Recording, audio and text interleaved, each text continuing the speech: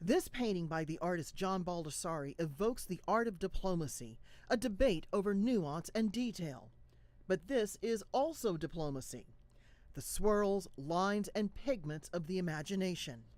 Sol LeWitt's wall drawing number 1256, Five-Pointed Stars, is permanently on view at the U.S. Embassy in Berlin, thanks to the efforts of a U.S. nonprofit called the Foundation for Art and Preservation in Embassies, or FAPE.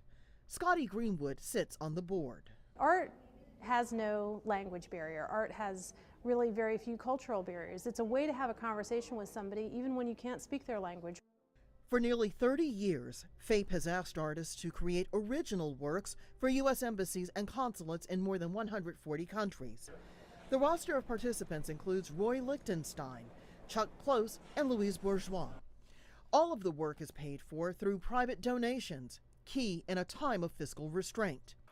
We now have a foundation that's The artist, complete, Michael Singer, designed a the next sculpture step garden for that's the U.S. going on. Embassy in Athens. Pressing Singer into says the he was top, challenged to focus on more than beauty.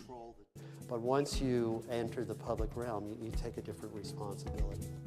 For the U.S. Embassy in Kingston, FAPE asked the painter Dorothea Brockburn to create a work honoring the former Secretary of State, Colin Powell. Her first instinct, illustrate Powell's ties to his parents' homeland of Jamaica. And it is the nighttime sky on the night that he was born in the Bronx. But it's the nighttime sky over Jamaica on April the 5th, 1937. These artists give their works to us, so we're not commissioning, we're not buying the work. They're giving of their time and they're giving of their inspiration and their talent. Nearly 30 years of promoting cross-cultural understanding between countries through the goodwill of artists and people who love art. Rosalind Jordan, Al Jazeera, Washington.